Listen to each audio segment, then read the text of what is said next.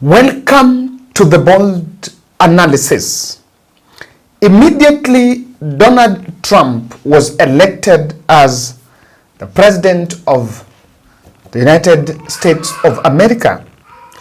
Kenyans descended on the social media pages of the new American president, asking him to prioritize firing the ambassador Meg Whitman as the US ambassador in Kenya. And for the 2 consecutive days, the Meg Whitman was trending in Twitter when Kenyans are demanding that she needs to be shown the exit door. The owner of Twitter, Elon Musk, is a friend to the new president of the US. And I think the US intelligence, they knew that that is something that will be a bit popular. Now, I need to explain this. Now, today, exclusive report is emerging that Meg Whitman has surrendered her resignation to Joe Biden. And from today, she ceases to be the US ambassador in Kenya, just days after Kenya demanded that she should exit that office ahead, immediately Trump was elected. And of course, I need to explain. Ambassadors are political appointees of the sitting president. So even if she had not resigned, but her fate was sealed, that with the Trump administration in office, it is American tradition that they need to, it's American tradition that all the tenures of all those ambassadors are supposed to end respectfully. It is not like it's done by force, but respectfully, they're supposed to do it. So, the swearing in of Trump will be in January 21st. And Meg Whitman had obligation to work even until December, or rather until January. But she has resorted to resign quite in time. And remember, since Trump was elected, Meg Whitman, who has a personal account apart from that of the Nairobi US Embassy in Nairobi, is yet to congratulate Trump for his election as the president. The last time I did this video, someone told me that, I don't know whether that is true, but someone said in the comment section that actually Meg Whitman was actually a Republican who was just working with the Democrats under the Democrat administration. And if that is the case, then why is it that she has not congratulated a Republican after Trump ascended to power? I understand that there were plans, there was a request by President Ruto to host a farewell party, state event, so that they can see off the ambassador. But these requests were declined as Meg Whitman is believed to have flown back to New York, to Washington, where she surrendered her resignation to Joe Biden. So things have happened. And I want to believe that the decision by Meg Whitman may allowed it. I think, unlike in our country, where sometimes people want to hold into offices against the wish of the people, I think it was just a matter of time.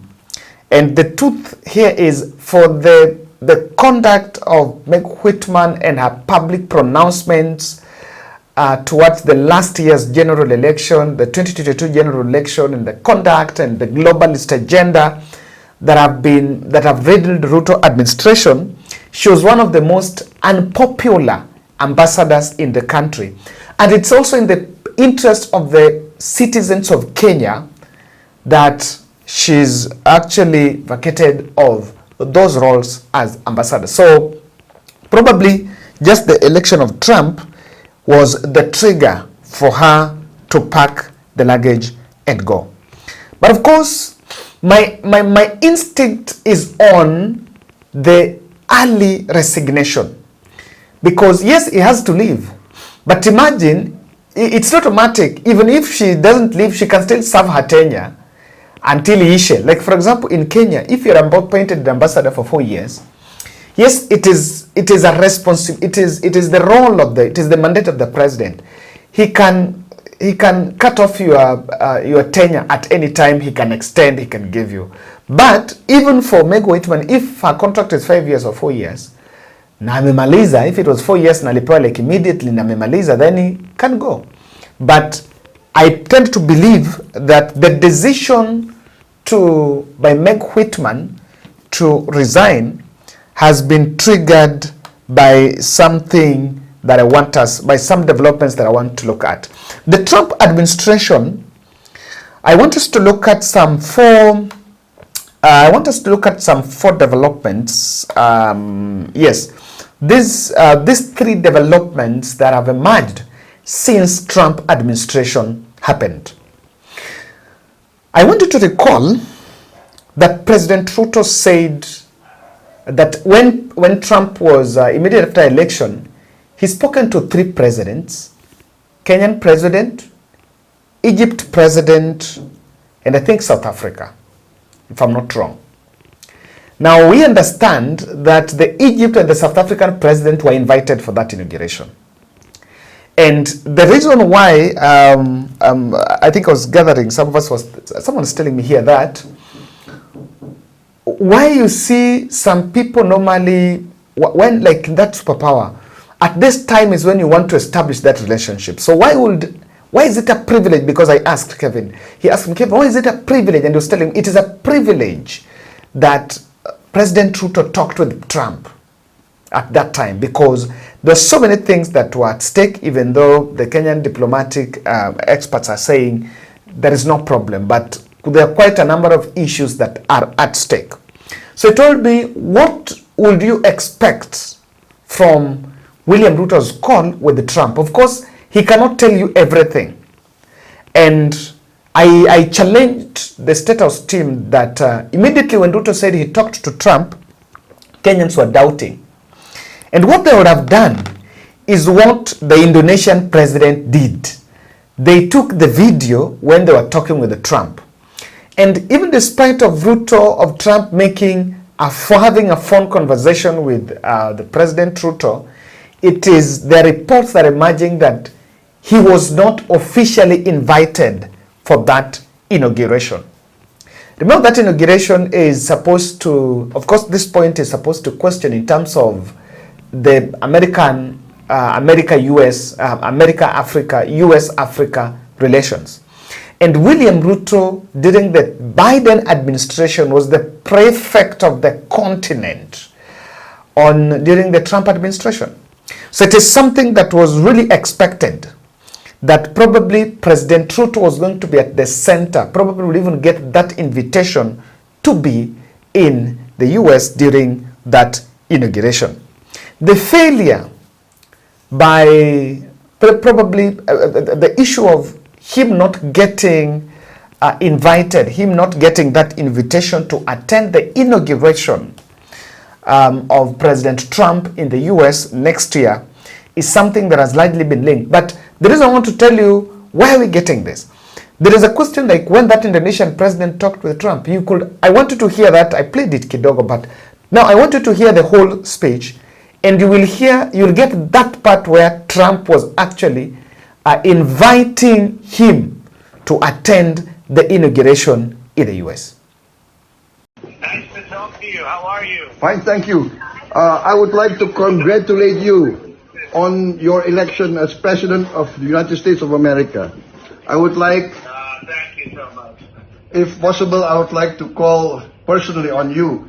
Wherever you are, I'm willing to fly to congratulate you personally, sir. Oh, that's so nice. That's so nice. Well, we'll do that anytime you want, but great job you're doing in Indonesia. Great job. Proud of you. Sir, Really amazing. And your English is so good. Yes, sir, I've been... Very good, the English. I've been to... all my training is American, sir. That's great. That's indeed. Yeah, we had a great election in the U.S. We had a great election. It's amazing what happened. We had tremendous success. The most successful in over 100 years, they say, and that's a great honor. So it gives me a very big mandate to, Yes, and to do things properly. and of course we were all shocked when they tried to assassinate you, but we are very happy that that the Almighty protected you, sir. Yes, I got very lucky. I just happened to be in the right place in the right direction. Otherwise, I wouldn't be talking to you right now. I got quite lucky, actually. Yes, sir, and Somebody was protecting. Somebody was protecting me, I guess. yeah. It's, how are you doing? Everything good? Yes, sir. Everything good? Yes, sir, and I also had the honor of hosting Mr. Jared Kushner, and I hope to keep in touch with him again. That's good. Well, whenever you're around, you let me know, and I'd like to also get to your country sometime. It's incredible. The job that you're doing is incredible. Thank you, sir. Respected. You're a very respected person. Sir. And I give you credit for that. It's not easy. Thank you, sir. It's not easy. I'll try to call on you at your convenience, sir, if it's possible. Yes, sir. Yes, you call anytime you want. You have my number. This is my number. Thank you, sir. And you call anytime you want. It's my great honor to talk to you, and I'll see you soon. I look forward to. Please send to your people, to the people of Indonesia, my regards. That I have great respect for them and for you. Okay. Thank you, sir. Thank you, sir, Mr. President. Thank you, sir. Once again, congratulations. Thank you very much, and we'll talk to you soon. Take care of yourself. Thank you, sir. Bye. Thank you, You. sir. Thank you. Bye. Bye. Bye, sir. Bye. And by the understanding, he had already made a trip to the US, that Indonesian president. So the signal that Trump did not invite President Ruto, if that position is true, because it has not yet been confirmed, but there are quite a number of media reports that have emerging. If it's true that Trump team did not invite, remember those who are supposed to invite the Trump, did not invite President Ruto for that inauguration, while other African presidents have been invited, that is a red flag that probably Meg Whitman can look at and say something is not really right here. So I saw it, and that could have been one of the observations that the Meg Whitman have seen and realized, no. Before you go to the second and the third one, I am just reminding you guys, we already at 90,000 subscribers. So we are 10,000 subscribers shy of the 100, because if you get 100 tutapewa ile kitu inakuanga hapo nyuma, we'll be given that thing. We're really working hard to ensure that we get it. Yeah, so pia channel yetu tutakuwa tumeshapata hiyo silver. But just 10,000, within just 10,000 subscribers tutakuwa tumepata. So if you've not subscribed, can you check? Take a minute kwanza before you go to the second point. Take a minute and go to the subscribe button and click that subscription bell there. We are on journey to 10,000. I believe that by the time we'll be crossing the year, tutakuwa tumefika hapo. I really trust tutakuwa tumefika hapo. So, but the best thing is subscribe.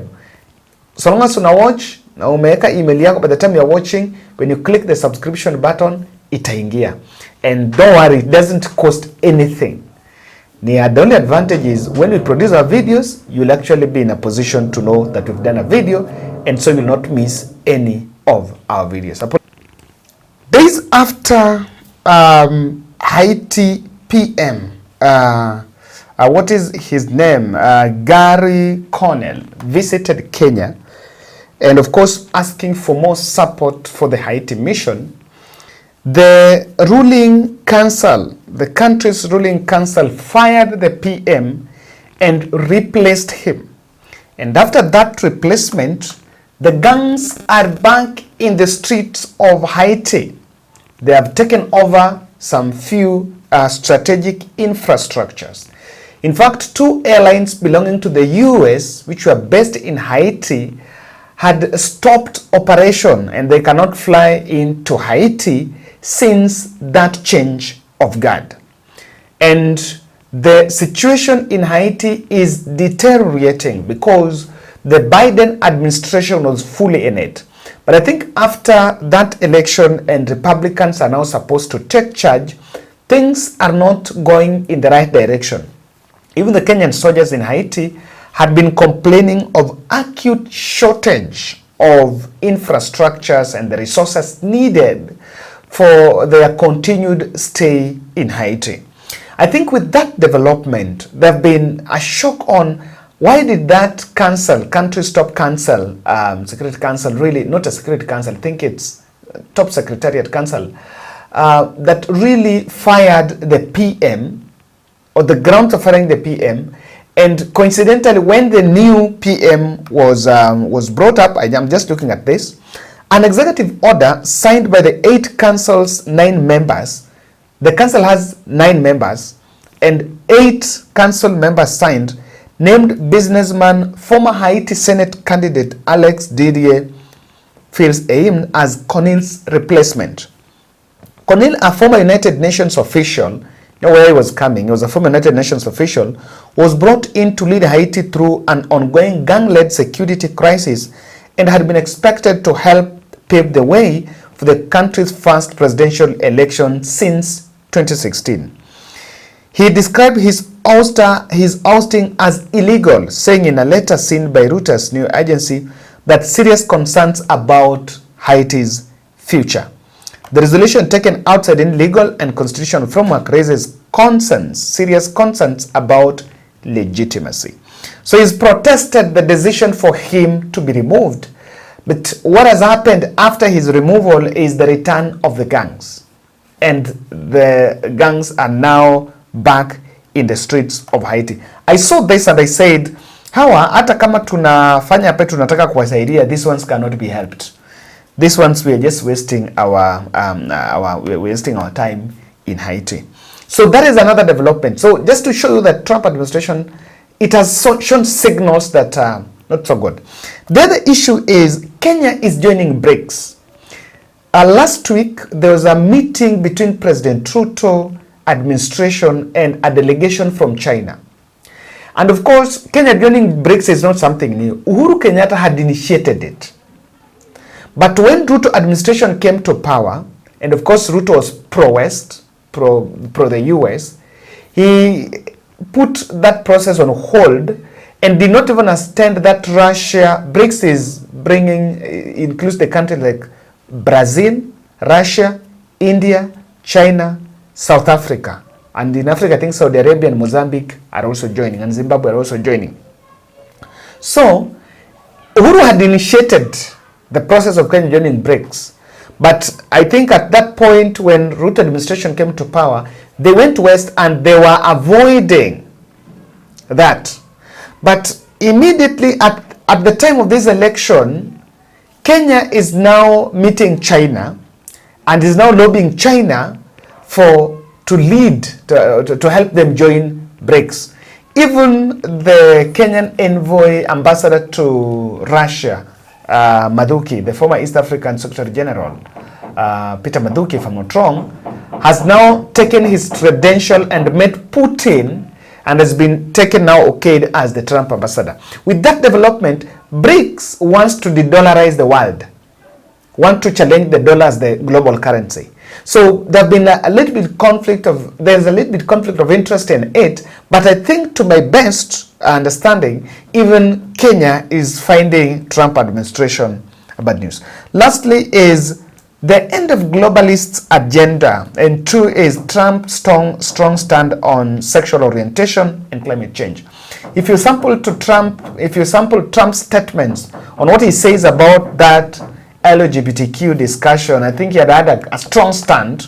There is a video that he said no, he's no to those LGBTQ things, and he stands to really believe on what the US Constitution had envisioned. So, as part of our new credentialing body for teachers, we will promote positive education about the nuclear family, the roles of mothers and fathers, and celebrating rather than erasing the things that make men and women different and unique.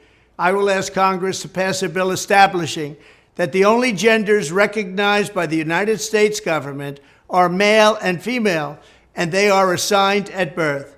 The bill will also make clear that Title IX prohibits men from participating in women's sports, and we will protect the rights of parents from being forced to allow their minor child to assume a gender which is new and an identity without the parents' consent. The identity will not be new, and it will not be without parental consent. Ladies and gentlemen, that is my take. And you can also tell me, what do you think about Meg Whitman resignation? Thank you.